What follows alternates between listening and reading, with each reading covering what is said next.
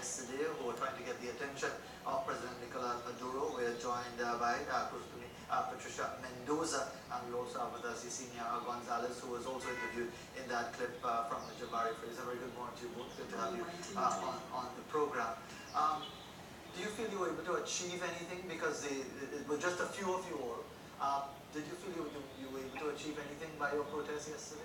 Yes, I did. I mean, I do think we did something, because being here, you know, and the media taking care of what happened, showing an interest of, and showing, and our voices to let the world know what's going on in our country, and also we believe the government, the caravan of cars from the government, and also from Mrs. Show us on the streets, and you know, let people know what we feel about the situation in Venezuela. And we are going everywhere in the world. We're going to protest wherever Maduro appears. In Venezuela, every day you have people on the road, on the streets, protesting and suffering so much, and if they come, they have to see Venezuelans doing it all over the world. Yesenia Goncalves, let me ask you this question.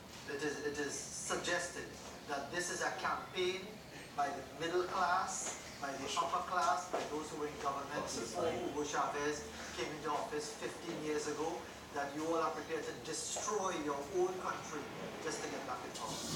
Well, I don't feel that Venezuela wanted to destroy a beautiful country like what we have, with beautiful people, beautiful culture, resources. I mean, we are very concerned about the crisis in Venezuela. This crisis is not yesterday. This crisis is going on many, many years now. We are suffering. Unfortunately, this crisis continues by having a very lack of leadership, you know, like Maduro. He is not capable to run Venezuela as a country with 30 million people. But he's been elected by the people.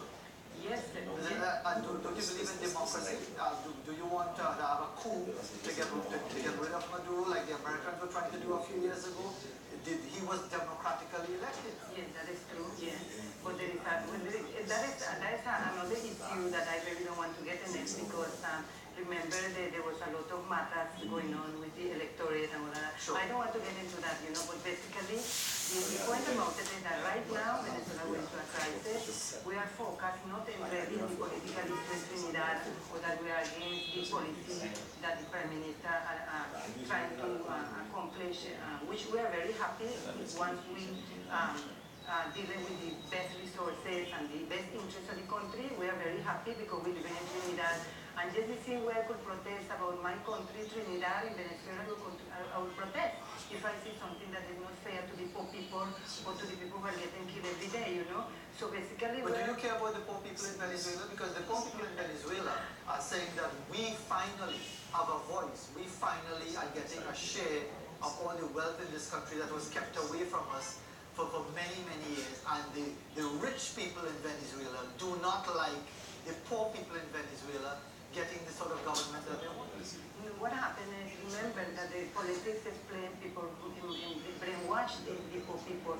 The poor people. Why is that the poor people are brainwashed? Only the rich people have brains? Well, brainwashing the sense that, remember, when you are poor, they could give you anything to make you happy. And it's not really that they have to keep us. We are paying tax money for them to get what the education we have. As a matter of fact, in many years, the poor people always benefit in Venezuela with the education. And it's basically that right now, it is worse than ever, because now there's a lot of violence in Venezuela, there's a lot of protests in Venezuela. It is not a point about all the poor people are suffering. It's about everything. It's affecting everybody. It's affecting the people. A lot of people left Venezuela to went to live in Spain, in Miami, because you can't live in Venezuela. You get killed, you get robbed for anything, you know. So let me bring you back in here, Ms. Mendoza, because and I wanted to get your view on whether you feel that this is a conspiracy, whether this is something that is being done.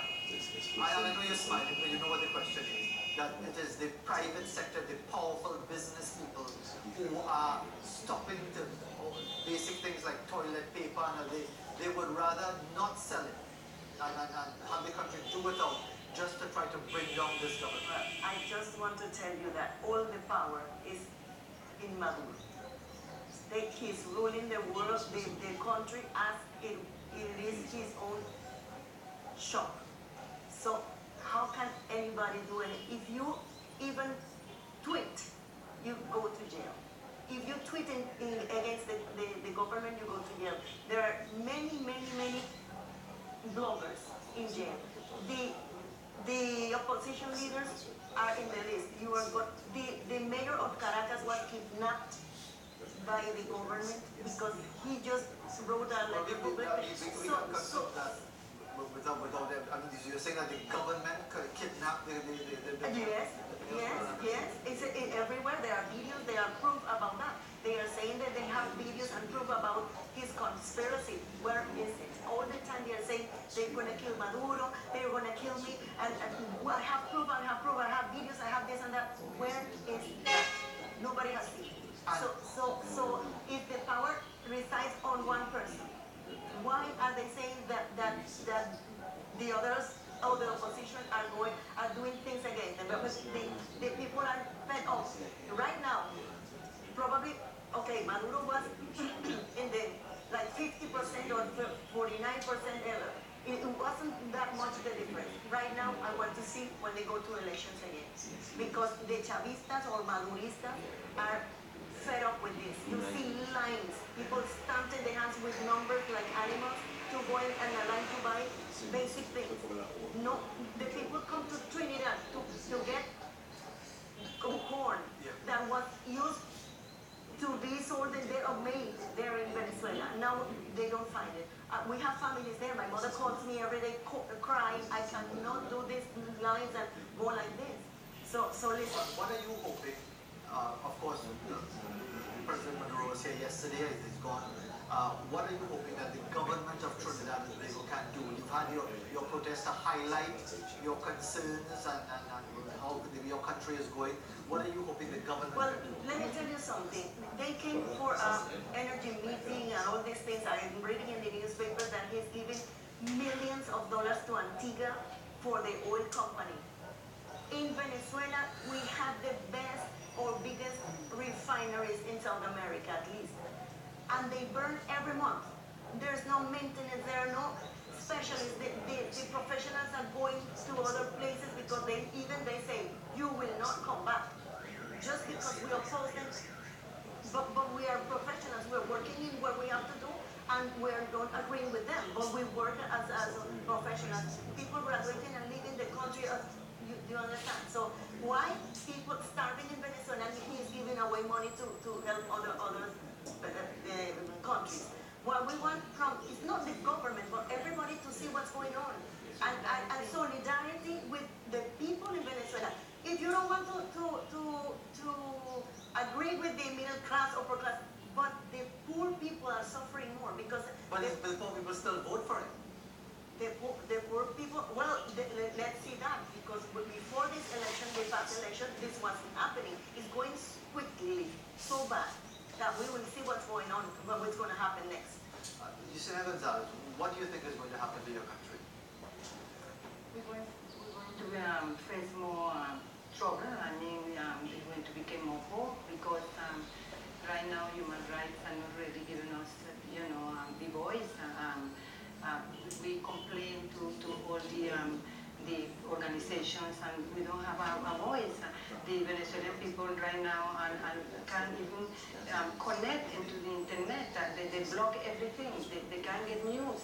The channel that you see in Venezuela is not what you see here. So everything is blocked. So I believe that we're going to face more trouble in Venezuela. And yet still, as I was mentioning with Ms. Mendoza, the poorer classes in Venezuela seem to still have strong support for this government, for Nicolas Maduro. Do you feel that they will continue to support the No, it's dying. Every day is that people are afraid to lose their job. If a poor person who are working in has a labor, and go and protest, the next day you lose the job.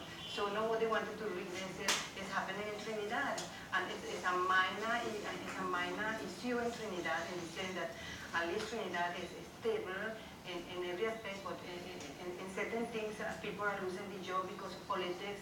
And all that, but in Venezuela, you get killed for that. If you protest, they kill you. You know, if you say anything, they send the motorizados and they shoot you. You know, so we don't have no freedom in Venezuela. And Ms. Mendoza, what are you hoping will happen by you bringing this to the attention of the local media while Nicolas Maduro was here, while others outside of Venezuela highlight this issue? Do you think that this could cause an early election or bring about some change? What are you hoping will happen from this? Well, we thank you very much for the opportunity, and we have this opportunity, at least out of Venezuela, to do it and be heard by others. But I think the crisis is going very bad. The military have a very important role to play there, and we hope that they realize that because the poor people also are rising and they don't want this anymore. There is no more electricity. Yes, the basic things are not. But if even for the military to get involved, you're talking about a military coup. I mean, that is a No. dangerous thing. We don't want a military coup. We want what happened. We want it legally. You know, we want peace. We want the opposition. Let them do what they have to do. Is the opposition interested in Venezuela, in all of Venezuela, or are they interested only in their business interests? No, of course. Look. The bad administration, like she said, there is no electricity. Compared to Trinidad, this is only the population here is about more than our million. 30 million people in a country. The lack of electricity, places that don't have electricity for days, no water, but because they have to. How come a president go to a country next door with 95 people? Explain that to me. That you have to have common sense to see what's going on. The man thinks he's the owner of the place or the richest oil country in the world. He travels better than Arabia Saudita place. But isn't that the same way that the previous presidents prior to Hugo Chavez, that they would have behaved the same way, and that is just one side doing the I will not talk like I will not support those things. But at least the people have something to eat. They have democracy. They have democracy. They have human rights. They have democracy. Right now, as you can see, you cannot even oppose ruling by dictators. You can oppose the regime because the next thing is what we say. Why does he have to go all the time to Cuba to learn what he has to do next? That's something I don't know if you understand. Well, it's communism and socialist philosophy, and Cuba is the home of communism in the Caribbean. Well, you don't know how to do that. So you have to go to your teacher and tell you this. So we're ruled by Cuba. So this is something that you prefer to be ruled by the United States? Well, if it is better, whatever it is, we want to be Venezuela ruling our country. Petróleos de Venezuela, the oil company, was taken from the Americans. It was a Venezuelan company, and it was the third one in the world. Look at the list where we are now. We don't even appear.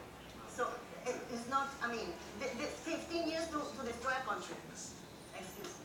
Well, time is running out on us, but indeed you've had the opportunity certainly to highlight let's see what happens if it is considered attempt at putting pressure on the Maduro government, brings about any change. And everything he said go call, nothing will fulfill.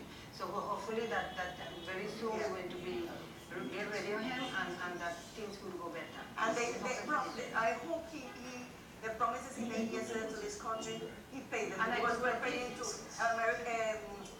Caribbean Airlines is our problem too because we travel through that. And yes, that's part of the problem. And I could predict something. Everything he said, he will call. People say you're famous for your prediction, so we'll have to see how that prediction turns out. Thanks very much, ladies, for joining us this morning. 7:40 in Trinidad and Tobago. We'll be back after this.